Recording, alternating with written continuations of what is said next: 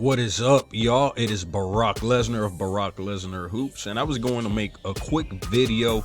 It is not a do not draft list. It is not a bust list. It is a proceed with caution. It means you can have success with these players for sure, but there's just things you should keep in mind, okay? You should know about. All right, that's it. Doesn't mean they're not good. Doesn't mean they can't help you. Doesn't mean you shouldn't draft them where they're being drafted. The whole point of this video is to discuss potential flaws. That way you know how to build around those flaws and get the most out of these players, because they are really good players. But there are things you have to account for. If you are new or you are a veteran of Barack Lesnar Hoops, do me a favor and smash that like button for me. That would be amazing. Subscribe if you haven't yet, and watch some of my other videos. The videos I am putting out this week, I've put out several already, will really get you prepared for your draft. That is my goal. Instead of doing different drafts, mock drafts for you to see, I'm going right into strategy and going into these players and explaining to you why you should pick them. So Giannis is the first player you see on my list, and I feel ashamed to do this as I'm wearing my Milwaukee Bucks hat. That is the finals MVP. He is my favorite player, and he is a monster fantasy player. But there is one thing you have to keep in mind with Giannis. That is his incredibly poor free throw percentage. He turned it up game 7, such a clutch performance in the finals MVP, won the championship, and his free throws were on point. But I don't foresee him doing that for an entire season. So if you do draft him, keep in mind he can really hurt your free throw percentage. So you might want to consider a punt free throw build if you're going to start with Giannis. If you punt free throws, you have a good chance. Now, I've seen punt free throw builds, they've kind of died down in popularity, and a lot of that has to do with the game has gone further away from the basket.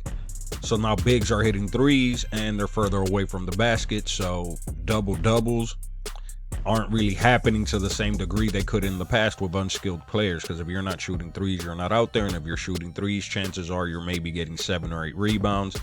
That's just logical. With Giannis, you have to build around that poor free throw percentage, because he'll hurt you in it whether you want to or not. And it can be difficult. Even with an ideal punt free throw build, I've found they're a lot more difficult to have success with if everything doesn't go right. There's very little room for error. The reason being, the guys that are bad in free throw percentage, they also tend to be bad in assists. They also tend to be bad in steals. Okay. They also tend to not really get threes to the same degree, because typically if they're good at 3-point shots, typically they're going to have a better free throw percentage. So there's a trade-off that happens there. So Luka Doncic, similar situation. He's being drafted at an average pick of 3, so he's going in the top 3, and it's questionable if I'm going to tell you to do it. I don't want to tell you not to, because his numbers are so eye-popping, and his good nights are probably better than anyone's good nights. But he hurts you in several ways. So if you can see here, the steals numbers aren't very high. He's getting over 4 turnovers per game, so that's Russell Westbrook territory. The 48% field goal, I like that a lot. At the volume he takes, 48% field goal, it's actually really good. Free throw percentage, 73%. At the volume he takes is not good. Not Giannis level bad, but it's something you have to account for. So despite being elite points, rebounds, assists, almost 3 threes, he's not giving you enough steals, not giving you enough blocks. He's giving you a lot of turnovers. So when you're playing him, you can count on getting 4 to 5 turnovers per game, which is a lot, especially if you pair him with other guys that are very turnover prone. At that point, you might want to just ignore turnovers, but the problem is when you ignore turnovers, you also don't want to ignore free throw percentage, which you kind of have to do to some degree if you have Luka. So not telling you not to pick him, but there are players who maybe their upside isn't as high in that top 5, but their downside is just not as volatile. The areas in which Luka hurts you really hurt you. And there are players that aren't going to hurt you as strongly, even if they don't help you as strongly in the categories Luka does help you. I hope that makes sense. Domantas Sabonis, very similar situation you see here. Again, not telling you not to draft him, not telling you he's a bust, not telling you that he's not even worth that pick at 19.4. I think he is if you build around his weaknesses. You just have to keep that in mind. So he doesn't hit a high volume of threes, and his free throw percentage is low. And for a big man, he doesn't get you blocks, and he gets you over 3 turnovers per game. Now, the good side, 6.7 assists from a big. You pair him with Nikola Jokic, you're looking at 2 big men, your 2 centers, averaging 20 points per game, double-digit rebounds, and over 6 assists per game, and those are your centers. So if I'm picking him, I definitely am punting turnovers, and I'm overvaluing assists. I want to have the strongest assist team. Turnovers be damned if I'm picking Domantas Sabonis. But I also, at some point, am going to have to potentially punt blocks, because now if I have Nikola Jokic and I have Sabonis, 2 of my big men don't block shots. All right. And then Sabonis's free throw percentage at the volume he takes them, I have to grab players that are going to help my free throw percentage. So maybe I grab a couple other bigs with high free throw percentage that are going to get high blocks, and I don't want to punt blocks. I don't think I'm going to punt blocks with this build, but you're going to have to possibly target some forwards to get you some blocks. And when you're targeting your point guards, you want to target point guards that get a good number of blocks as well. So keep in mind his free throw percentage, keep in mind his lack of threes, because to really maximize his pairing with Nikola Jokic, you're going to have to address that, because those are 2 areas of strength for Nikola Jokic, and neither one of them gets you blocks. So you have to address that as well. I don't suggest punting blocks. Try to address it in other ways if possible. And I would look at my sleepers videos, because I really go into depth on players that could really help you with both steals and blocks while also getting you threes. Trey Young, similar situation to everyone else that I've been discussing. Trey Young gets you a ton of points, gets you a ton of assists, gets you over 2 threes. Now, he doesn't get you that steal. The field goal percentage at 44% at the volume of shots he takes is damaging. Blocks non-existent. And he's also in that Russell Westbrook territory as far as turnovers, with over 4 per game. So imagine you start with Luka and you manage to get Trey Young. You're essentially giving up. You're hurting in steals at that point. You're hurting in blocks. And you're essentially losing turnovers every single week. So you're going to be really good points, rebounds, and assists. And you might win maybe threes every week, but that's 4 categories. If a team is built right, they're going to beat you 5-4 on a weekly basis. And I know I had a team I lost with last year where I started with Trey Young and Joel Embiid. And if you look at their production, it's insane that I did so poorly. That team came in like 11th in that league. So, and a lot of that had to do with Trey Young and Joel Embiid being so turnover prone, combined with missing time, combined with these flaws. When those flaws compound, they can really hurt your team. If you ever been in the situation where it seems like every week you are winning 4 categories and losing 5 every single week, and you don't know why, it's probably because you have players that you're overvaluing where they're helping you, and you're ignoring the massive ways in which they're hurting you. Trey Young is a great player. Honestly, if you want to pair him with Nikola Jokic, if you manage to, like, pick Nikola Jokic first and then you manage to get Trey Young, at that point you're saying, forget turnovers, I'm not worried about it. I'm going to be great at those popcorn stats. I'm going to keep my free throw high. I'm going to keep my 3-pointers high. And then I'll try to address maybe steals a little bit later. Probably at that point, you might want to move away from blocks. You can try to not be the worst at blocks, but I'd probably focus more on steals, just because that's something that you're going to get from Nikola Jokic. Devin Booker, and he's going at an average pick of 26. So I'm really focusing only on players that are being drafted in the first 3 rounds with this video, okay? So your first 3 picks, these guys are being drafted in the first 36 picks. So they're going in the first 3 rounds in a typical 12-team, 9-cat league. I've talked about Devin Booker before. I like Devin Booker. The things to keep in mind with him is just the lack of steals and blocks. He's not in that 4 turnover territory, so the turnovers aren't as damaging, and he has really good percentages. So you can build around him, but the lack of steals and blocks and the over 3 turnovers does limit his upside a bit, especially when he's getting less than 2 threes. If he can manage to reach that Bradley Beal territory where he's getting, closer to 3 threes per game, I think his value would go up significantly. The turnovers, he's probably always going to have around 3, and playing with Chris Paul, I don't expect the assists to hover. They might hover from 4, maybe a max of 6, but that's probably going to be that sweet spot. Devin Booker is a nice pick. Just make sure you're accounting for the areas in which he's not helping you. He doesn't particularly hurt you in too many areas. The lack of steals and blocks are something you'll have to address, but just keep that in mind when drafting him. Julius Randle, just like these other players I keep showing you, popcorn numbers, points, rebounds, assists are amazing.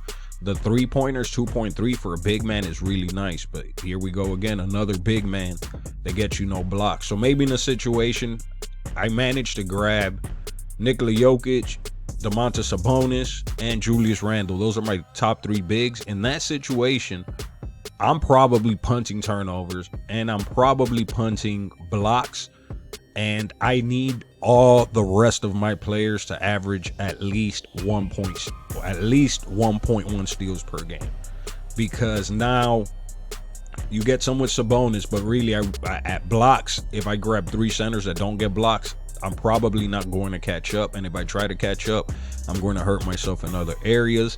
The field goal percentage for Julius Randle does leave some to be desired. He does get you a lot of 3s, but just keep that in mind. He could hurt your field goal percentage.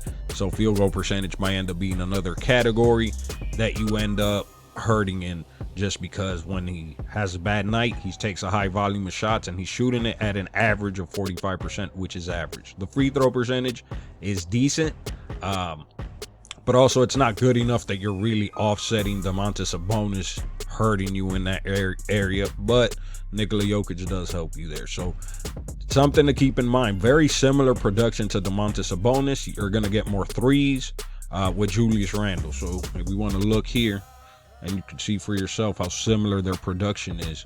So you're getting more points, less rebounds with Julius Randle. They're both getting you right around 6 assists. You're getting less 3s from Sabonis. You're getting more steals, slightly more blocks. Turnovers are similar, and you're trading percentages. So you're going to get the field goal with Domantas, but you're not getting the 3s. And with Julius Randle, you're getting the 3s, but you're not getting the field goal percentage.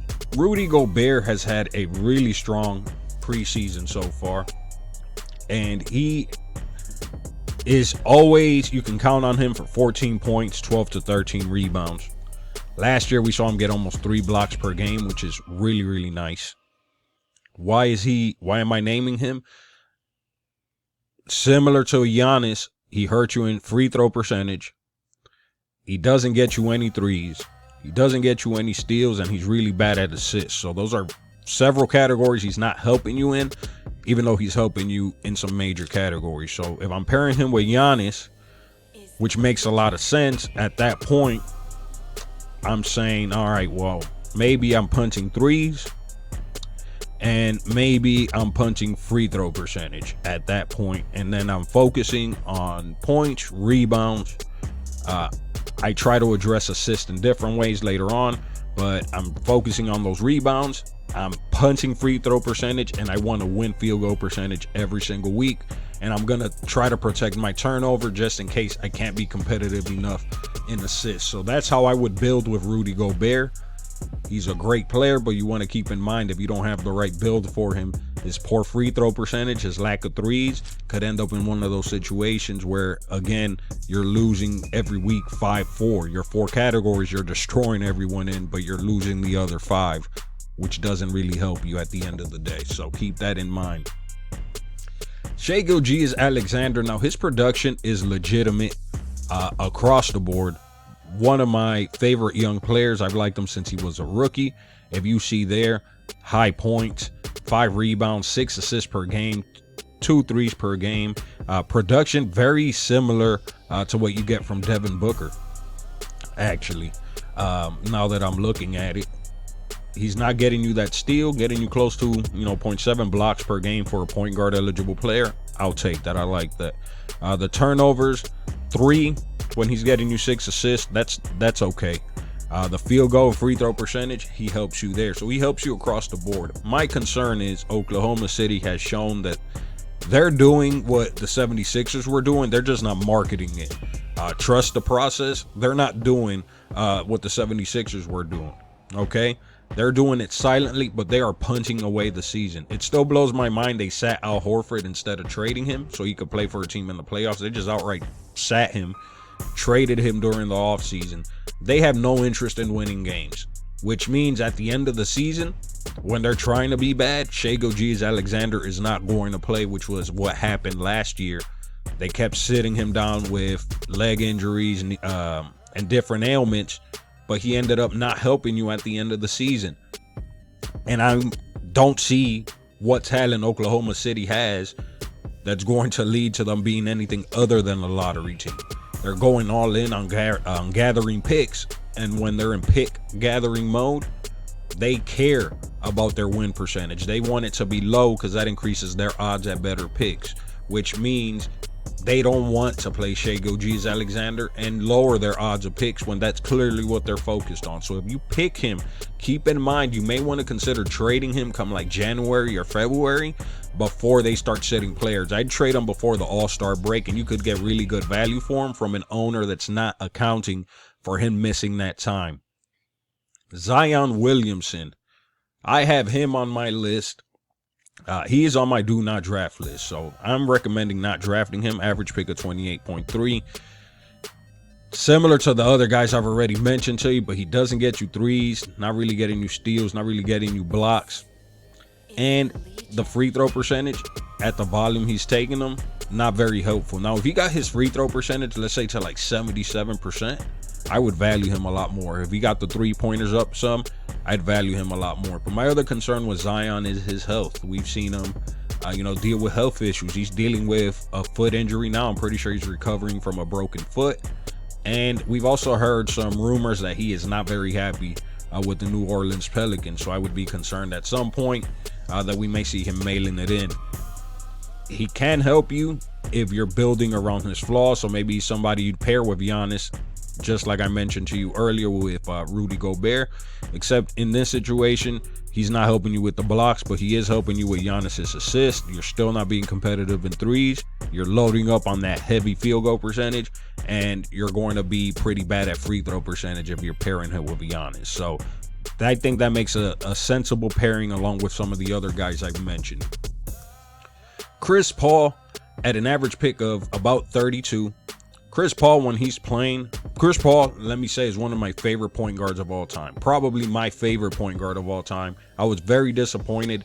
The one time he made it to the finals was against my Bucks, so I had to root against him. Any other team, I would have rooted for Chris Paul because he is an amazing player. He is an amazing real-life player. He's amazing in fantasy. I told you guys I really value those assist-to-turnover guys, and look what he did. 8.9 assists, 2.2 turnovers. Beautiful. 2.2 turnovers is center numbers for a guy that's getting you almost 9 assists per game. He's handling the ball and he does not turn it over. That is why I value turnovers. If you're going to get a guy that gets assists, this is the guy you target. You target guys that do this because they're barely giving you turnovers, but they're helping you be super competitive in assists, and that is rare. Now, the problem with Chris Paul is he is old. Okay. He just had a very long season, the longest season of his career, because he made it to the finals. We've seen him have an assortment of knee issues for years now, and he's an undersized point guard. He's pushing 6 feet, and he's aging. And like we saw with Steve Nash, with point guards, the decline can be almost instantaneous.